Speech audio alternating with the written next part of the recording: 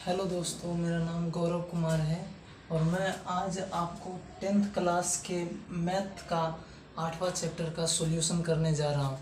पहले first of all introductions of trigonometry का introduction पहले इंट्रोड्यूस करवाता हूँ आपको, और फिर उसके बाद में हम सवाल पर करेंगे। तो आइए सबसे पहले हम ट्रिगोनोमेट्री से आपको इंट्रोड्यूस करवाता हूँ। असल में ट्रिगोनोमेट्री होता क्या है? ट्रिगोनोमेट्री का मतलब होता है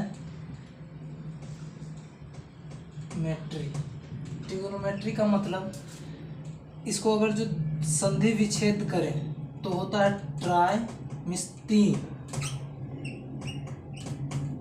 प्लस गोल। गोल का मतलब होता है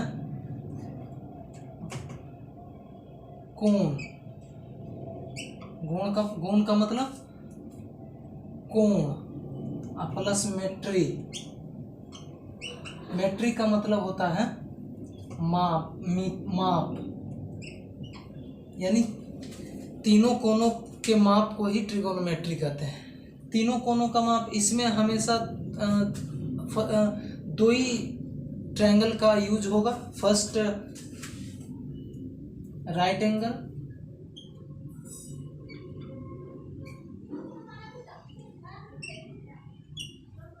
जैसे 3 कोनों का माप। सबसे पहले देखिए 3 कोण इसमें है, फर्स्ट सेकेंड एंड थर्ड, पहला दूसरा और तीसरा है।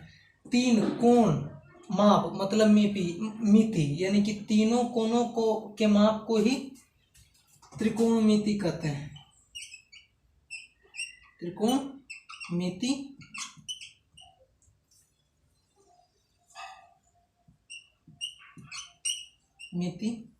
कहते हैं। यहां से भी दिख रहा 3 प्लस कोण प्लस मिति मतलब होता है माप। ठीक है, यहां तक आप सबको क्लियर है? अब आगे बढ़ते हैं।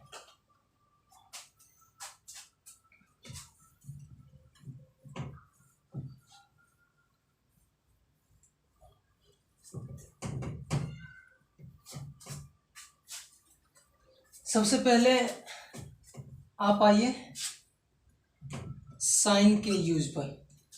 साइन का उद्गम स्थान, साइन का सबसे पहले यूज आर्यभट्टम के किताबों में किया गया है। ये साइन का मतलब होता है कोजिया,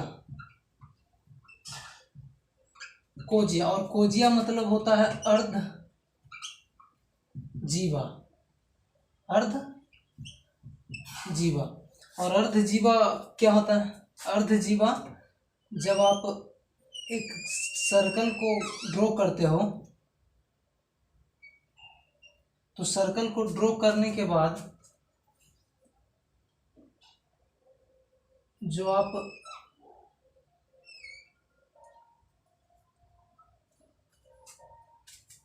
जो व्यास से छोटा हो उसे ही अर्धजीवा कहा जाता है। जैसे कि ये, इसी को लाइन सेगमेंट भी कह सकते हैं। ठीक है, अर्धजीवा इसी को कहा जाता है। और इसका उपयोग सबसे पहले आर्यभट्टम के बुकों में साइनस के रूप में किया गया था। साइन को किस यूज किया गया था? साइनस, जिसका मतलब ही होता है अर्धजीवा के रूप में।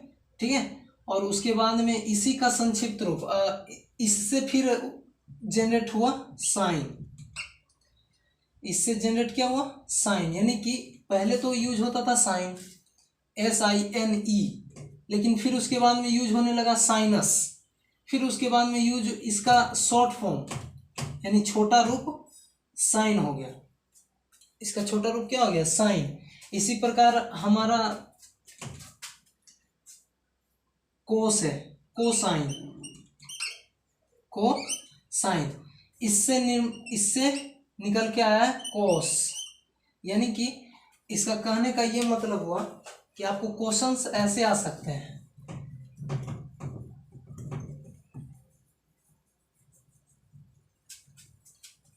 आपको क्वेश्चन एक नंबर का ऐसे आ सकता है कि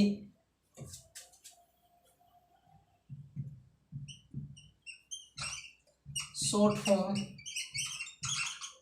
ऑफ साइन, साइन यानी साइन का संक्षिप्त रूप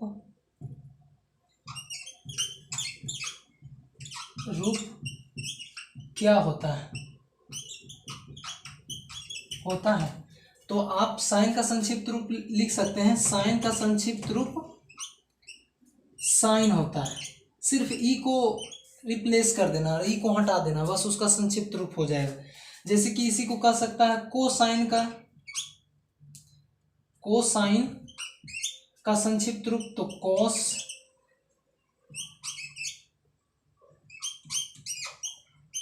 कॉसकेंट का संक्षिप्त रूप कॉसेक, सेकेंड का संक्षिप्त रूप तो सेक, कॉटजेंट का संक्षिप्त रूप कोट, और टेंजेंट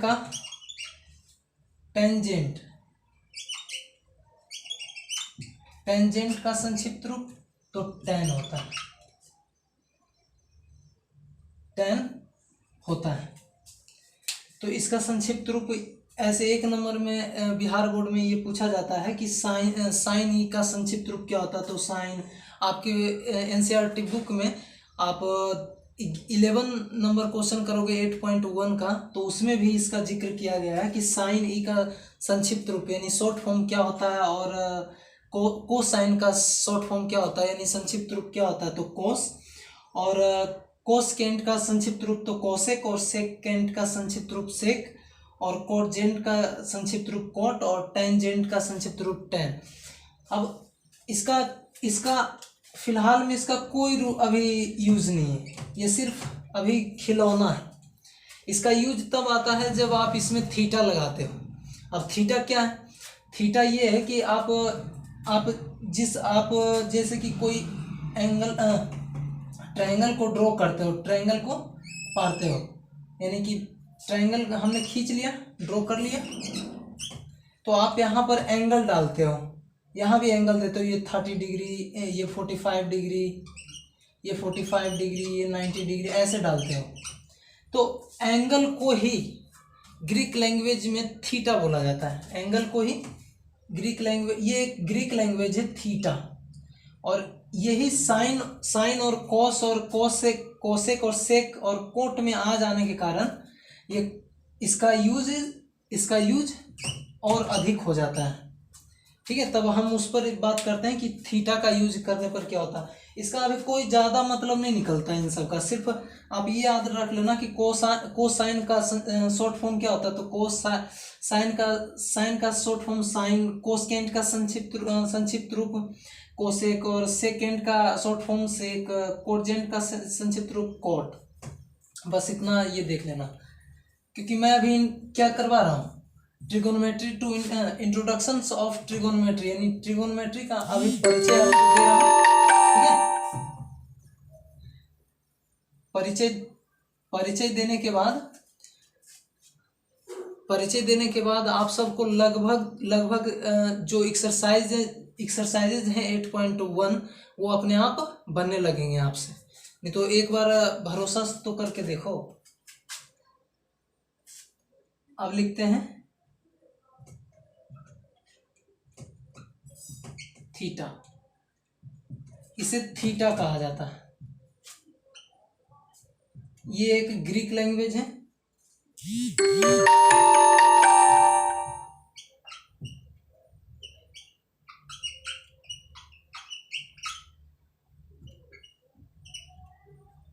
ये एक ग्रीक भाषा है, इसका मतलब अब ये थीटा है जो हमारे, देखो क्यू ऐसे होता है, क्यू आप ऐसे पढ़ते हो, लेकिन थीटा है जो बस यहीं तक रहता है। तो इसमें और इसमें ये डिफरेंस है, ये ABCD वाला क्यू है और ये थीटा है, ये थीटा है। थीटा का यूज जैसे हम करते हैं साइन थीटा, कॉस थीटा, ये एंगल के रूप में किया जाता है। थीटा का यूज, थीटा के यूज एंगल के रूप में, एंगल होता है, ठीक है। तो cos theta, cosec theta, sec theta, tan theta और कॉट थीटा। अब इसका ये मतलब निकल रहा है कि साइन के साथ भी कोई थीटा है जो कोई एंगल से जुड़ा है, कोस भी है जो कोई एंगल से जुड़ा है, और कोसेक भी है कोई जो एंगल से जुड़ा है, सभी एंगल से जुड़े हैं। तो अब इसका मतलब ये निकलता है, अब ध्यान से सुने। अब पहला क्वेश्चन का सॉल्यूशन करते हैं, उसी के तरह का एक क्वेश्चन लेते हैं। जैसे कि इसमें बस एक ही बात ध्यान में रखना और ज़्यादा कुछ नहीं, कि एंगल के साथ उसका जो आप पहले भी पढ़ चुके हो, एंगल के साथ हाइपोटेनस, और हाइपोटेनस तो कभी चेंज नहीं होता, एंगल के साथ लंब और आधार, जिसे कहते हैं बेस और परपेंडिकुलर, ये चेंज हो जाते हैं, आपस में चेंज होते रहते हैं। उससे पहले करने के लिए आपको सबसे पहले ये आना चाहिए कि कर्ण स्क्वायर बराबर में लंब का स्क्वायर प्लस में आधार का स्क्वायर आना चाहिए, कि इसका हाइपोटेनस एच स्क्वायर बराबर पी स्क्वायर प्लस में बी स्क्वायर, यानी कि हाइपोटेनस का स्क्वायर इज इक्वल में परपेंडिकुलर का स्क्वायर प्लस बेस का स्क्वायर, ये आना चाहिए। क्योंकि यही सूत्र है जो आपको फर्स्ट एक्सरसाइज में 8.1 में आपको हर जगह यूज आने वाला है, यही एक सूत्र है, बस ज़्यादा कुछ नहीं इसमें, यही सिर्फ ये याद कर लेना। हाइपोटेनस एक फिगर के माध्यम से आपको समझा देते हैं हम। 8.1 में सिर्फ यही एक सूत्र है इकलौता जो बहुत यूज होता है 8.1 में, बाकी और कुछ नहीं होता, बस यही है। हाइपोटेनस ये होता है H, और ये बेस होता है, और ये लंब होता है P। इसे लंब कहते हैं, इसे आधार कहते हैं, और इसे कर्ण कहते हैं, ठीक है।